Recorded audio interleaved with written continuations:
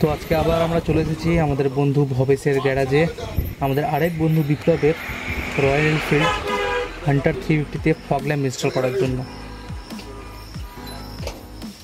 বিপ্লব ওর বাইকে 8GGর এই fog ল্যাম্পটা install করছে। এটা একটু পাওয়ারফুল আমি যে এই ফগ ল্যাম্পটা ইনস্টল করেছি এটার থেকে। আর এটা দেখো প্যাকেজিংটাও একটু আলাদা। এটা 60 ওয়াটের এলইডি প্রজেক্টর ফগ ল্যাম্প, মানে 30-30 করে 60 ওয়াট। আর প্যাকেজে লেখা আছে দেখো এটাতে মিনিমাম 12 থেকে 80 ভোল্টের পাওয়ার লাগবে। ইনস্টলেশনের জন্য দেখো বাইকের সামনের চাকা খুলে দেওয়া হয়েছে। প্রথম বাইক দেখলাম যা সকাল খোলা হচ্ছে লাইট ইনস্টল করার জন্য। আসলে সবাই কনফিউজ। আর আমরা ফগ ল্যাম্পটা এমনভাবে ইনস্টল করাই যাতে বাইক স্টার্ট না দিলে ফগ ল্যাম্প জ্বালানো না যায়। এটাতে ব্যাটারির ওপর ডাইরেক্ট প্রেসার পড়ে না, আর বাইকের ব্যাটারি লাইফও ভালো থাকে। আর এই দেখো ফগ ল্যাম্পটা দেখতে এরকম। ফগ ল্যাম্পের ওপরে কভারও দেওয়া হয়েছে। এটার একটা সুবিধা হলো লাইটটা অন করলে আলো উপরের দিকে ছড়ায় না, কিন্তু জানি না এই কভারটা কতটা কার্যকর হবে, কেননা উপরের দিকে দেখো এরকমভাবে ফুটো করা আছে। আর এই ক্ল্যাম্পগুলোও কিন্তু ফগ ল্যাম্পের সাথেই পেয়ে যাবে। আরেকটা পেয়ার এখানে আছে, কিন্তু কুলিংয়ের জন্য কোনো ফ্যান নেই।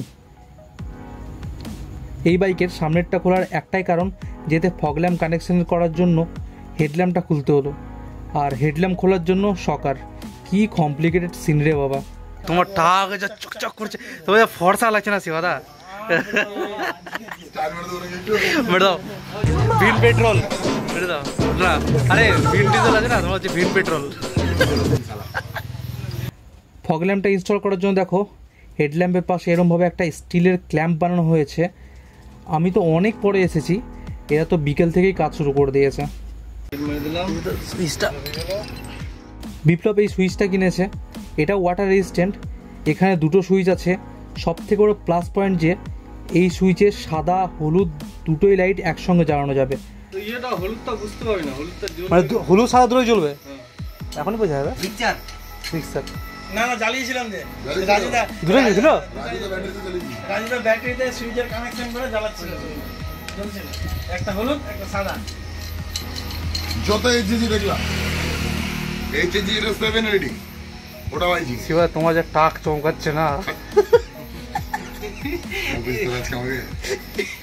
যা আমার নাম করছিস না আমি আর তুমি একটা কাজ করো, সেন্ডো গেঞ্জি পরে থাকো, একটা পুরো হাতে রেঞ্জ নাও। হ্যাঁ আর গরিবের সুইচ ভাই।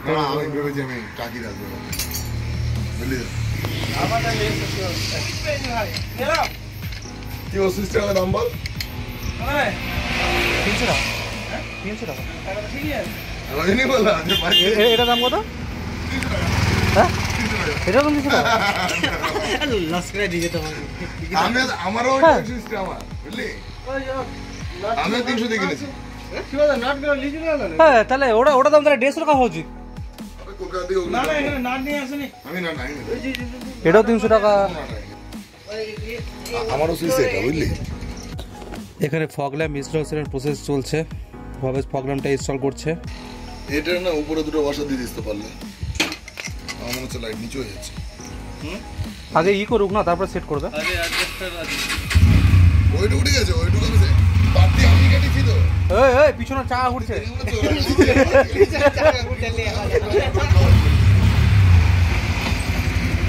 লাইট জ্বালা। আরে ওটা না,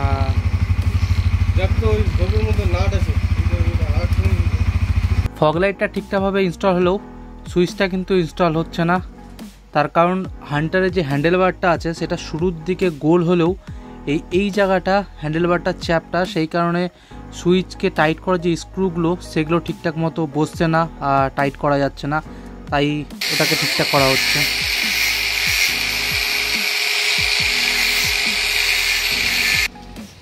আর ঢুকছে লাগছে।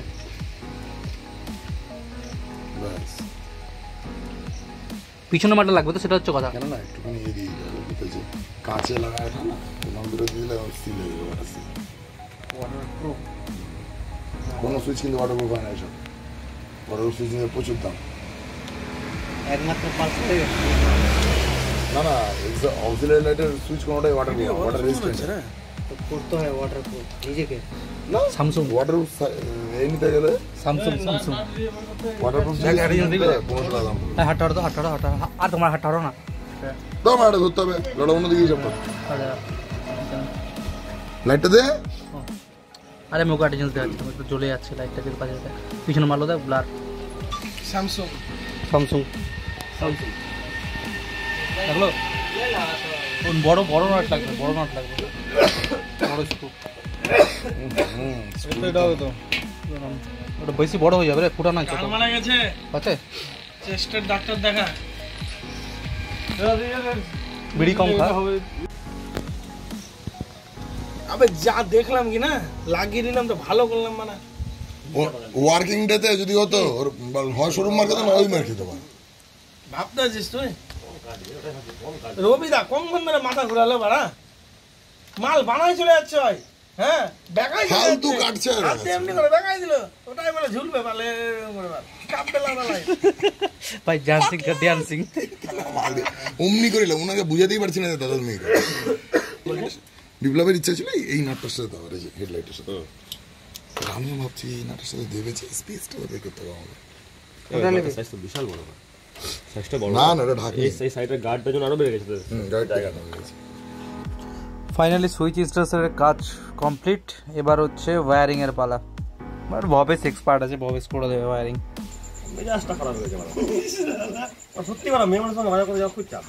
বলেন কি একটা পর একটা ড্রেস পরাচ্ছে, তুলে রাখছে, আবার ড্রেস নিয়ে আসছে পরাচ্ছে। মশাকে নিয়ে গেছিল। হ্যাঁ ভালো মেজাজটা চুটি দিয়েছে ভালো আমার মনে খারাপ লেগে গেছে। আচ্ছা দিয়ে আবার পিজা খাবে।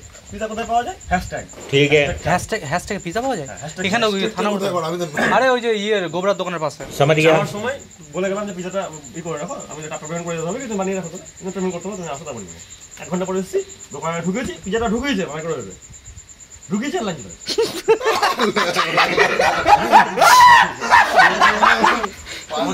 আমার কি চলে আসে হ্যাশট্যাগ 3-4 চড়। এরপরে সুইচ আছে আর ওই পরে একটা আলাদা সুইচ আছে।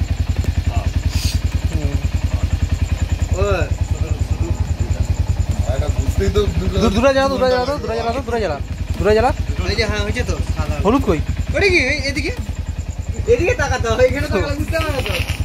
আবার কি এটা অন্ধকারে গেলে ঠিক নেই। ওই যে হলুদ হলুদ দেখতে হয় না এখানে, ওতে হলুদ ওখানে।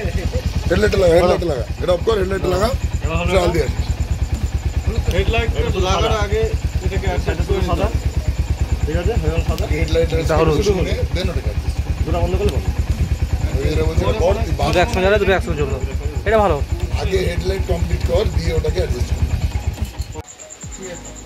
পোর্ট আছে মালটা মালটা তুই ওয়েট দেখ। ট্যাঙ্কির তলায় পোর্ট আছে। হ্যাঁ আরে এটা হ্যালোজেন না? দেখেন তো কাপড়ই নেই আমাদের। হ্যালোজেন বাজার ডিজাইন। বাপরে, ওটাই হচ্ছে কথা। এটা আবার কি স্ক্রু আছে নাকি, টাইট হবে? ভিতরে লাইট দে, ভিতরে লাইট দে। এখানে লক আছে।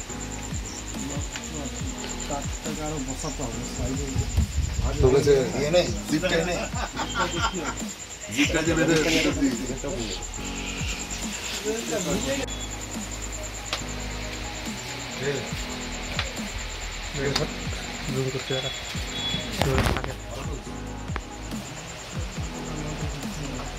রক বুঝাচ্ছে মাথার উপরে। ডিস্টার্ব করছে এনফিল্ড, বুঝলি তো এত খাটনি। মানে কি বলে শুনেছিস যে তোর হচ্ছে একটা ফগলাইট লাগানোর জন্য পুরো সকার খুলতে হয়। ওয়্যারিংয়ের কাজ পুরোপুরি কমপ্লিট। ফগ ল্যাম্পও দেখো মোটামুটি ইনস্টল হয়ে গেছে। এই পাশে ফগ ল্যাম্পটা একটু অসুবিধা হচ্ছে, তো এটাও ঠিক হয়ে যাবে। এবার রাস্তার দিকে ঘুরিয়ে এটা অ্যাডজাস্ট করার পালা। এটা সুন্দর করলি ভাই, হেডলাইট জ্বলবে আর স্টার্ট হবে, তাও লাইট জ্বলবে। বাদিকে লাইট ফোকাস নেই, বাদিকে হবে, বাদিকে।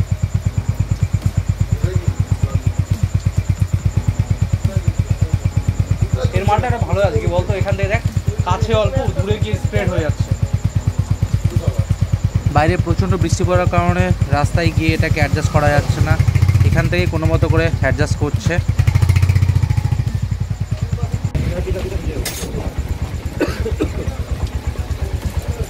যারা কি যারা হলুদ যারা একশন ধরা ভাই অ্যাডজাস্ট করে দিই